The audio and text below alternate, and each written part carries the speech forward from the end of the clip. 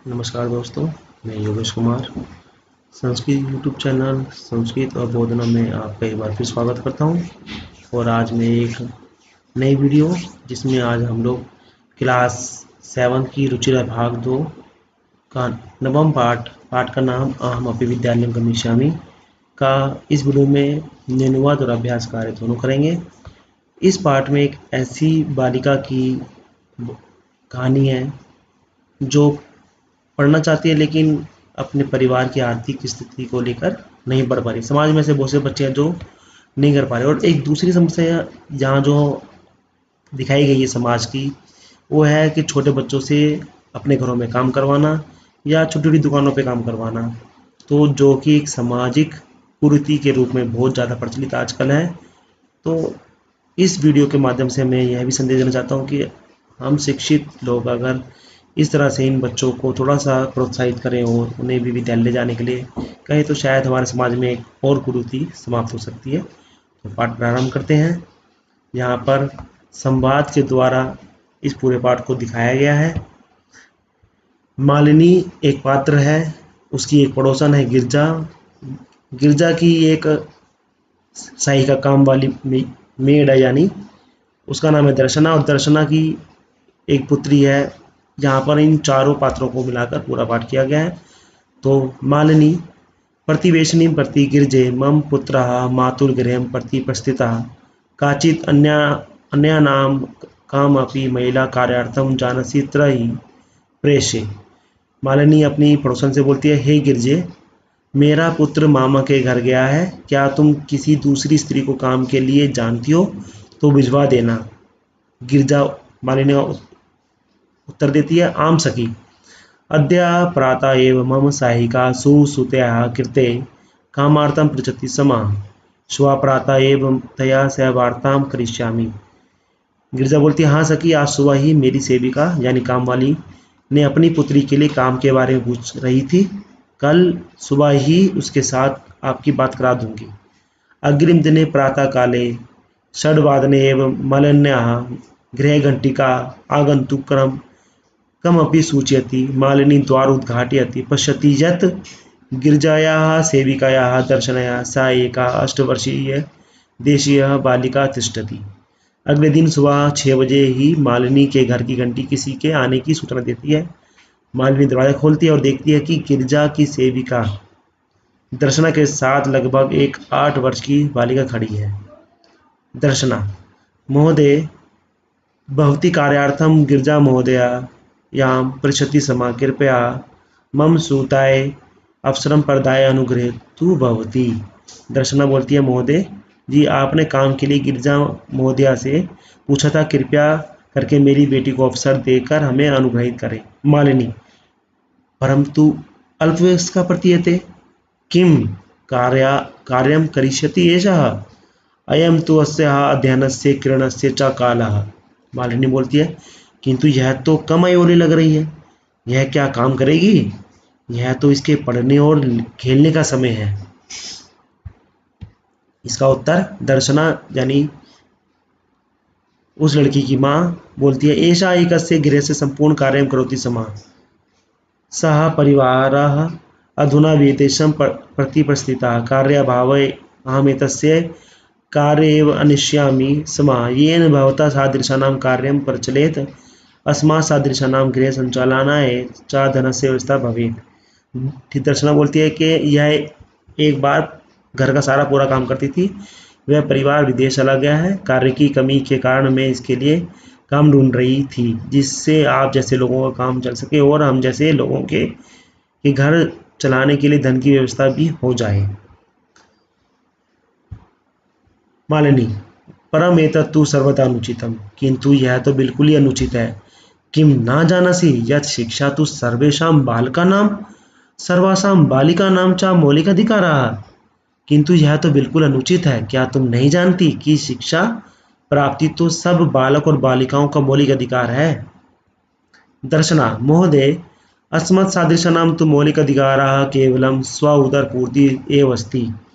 महोदया बोलती है, दर्शना महोदया को बोलती है मालिनी के, हम जैसे लोगों का मौलिक अधिकार केवल पेट भरना ही है, एतस्य व्यवस्थायै एव अहं सर्वस्मिन् दिने 5-6 घराणां कार्यं करोमि। इसकी व्यवस्था के लिए ही मैं पूरा दिन 5 घरों का काम करती हूँ। मम रुग्णः पतिः तु किंचिदपि कार्यं न करोति। मेरा पति तो बीमार है, वह कुछ भी कार्य नहीं करता। अतः अहं मम पुत्री च मिलित्वा परिवारस्य भरण पोषणं कुर्मः। इसीलिए मैं और मेरी बेटी मिलकर परिवार का भरण पोषण करते हैं। अस्मिन् महागर्ते काले मूलभूत आवश्यकतानां कृते धनं प्राप्तं न भवति। इस महंगाई में मूलभूत आवश्यकताओं के लिए ही धन प्राप्त नहीं होता। तर्हि कथं विद्यालयं शुल्कं गणवेषणं पुस्तका अन्यादि क्रेतुं धनम् एनिष्यामि। फिर विद्यालय के लिए फीस, वेशभूषा, पुस्तक आदि खरीदने के लिए धन कैसे लाऊंगी?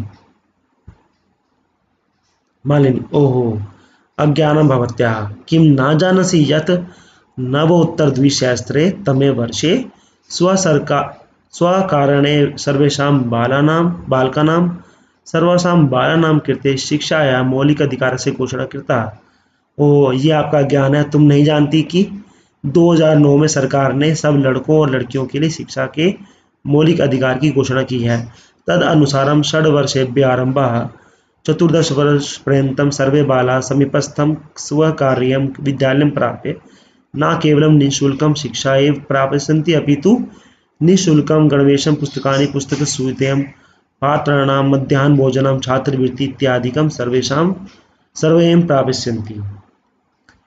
के जिसके अनुसार जो भी घोषणा हुई मौलिक अधिकार, उसके अनुसार 6 वर्ष से लेकर 14 वर्ष तक सारे बालक और बालिकाएं समवर्ती सरकारी विद्यालय में न केवल निःशुल्क मुफ्त शिक्षा प्राप्त करेंगे अपितु निःशुल्क वेशभूषा, पुस्तकें यानी ड्रेस के लिए, और पुस्तकें यानी बुक्स, पुस्तकों का थैला यानी बैग, जूते, दोपहर का भोजन, छात्रवृत्ति यानी स्कॉलरशिप आदि सब कुछ प्राप्त कर सकेंगे। दर्शना: अपि एवं आश्चर्येण मालिनी पश्यति। क्या ऐसा है? आश्चर्यपूर्वक मालिनी को देखती है। मालिनी: आम वस्तुतः ये मेरी सचमुच ऐसा ही है। दर्शना: कृतार्थतां प्रकटयन्ती। अनुगृहीतोऽस्मि महोदय। आभार प्रकट करती हुई, मैं आभारी हूँ। एतद् बोधनाय, यह समझाने के लिए। अहम अद्य एव अस्याः प्रवेशं समीपस्थे विद्यालये करिष्यामि। मैं आज ही इसका प्रवेश समीपस्थ विद्यालय में कराऊंगी। दर्शनायाः पुत्री उल्लासेन अहम विद्यालयं गमिष्यामि।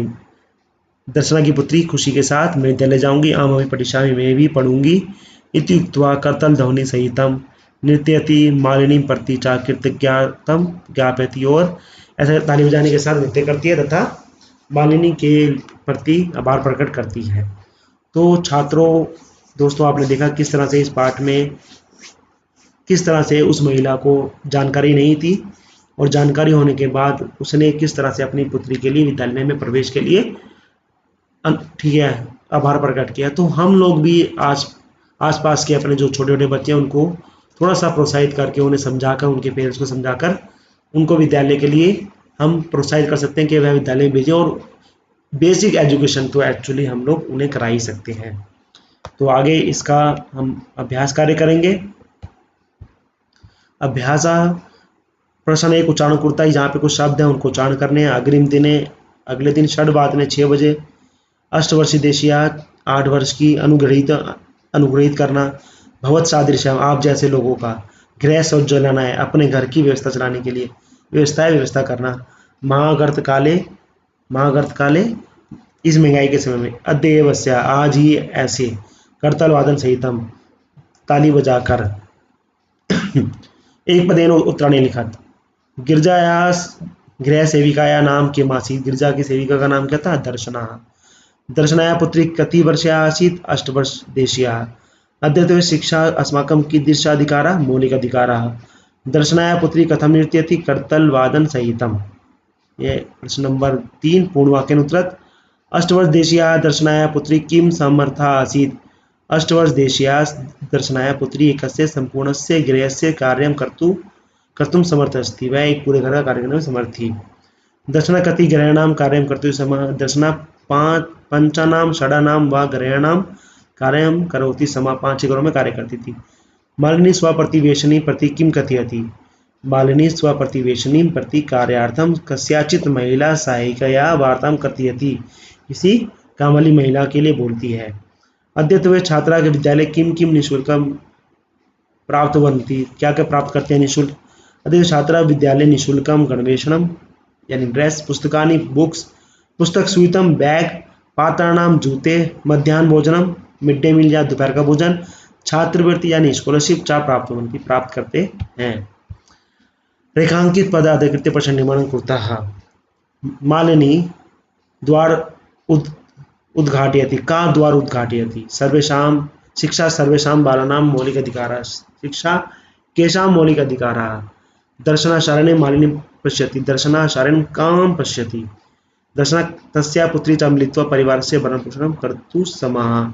दर्शना तस्या पुत्री च मिलित्वा कस्य भरणपोषणं कर्तुं समः, किसका वो करती थी, परिवार का। संधि विच्छेद, ग्रामं प्रति ग्रामं जमा प्रति, कार्य जमा में अर्थम, कृष्यति जमा एषा, स्व जमा उदर पूर्ति, अपि जमा एवं, यह उसके आंसर है। क्वेश्चन नंबर 6 में 2 पार्ट हैं। पहले में समानार्थक कहानी पदानि मेलियत, समानार्थक यानी सेम मीनिंग वाले, आश्चर्येण, विस्मयेन, उल्लासेन, प्रसन्नतया, परिवारस्य, कुटुंबस्य, अध्ययनस्य, पठनस्य, कालः, समयः।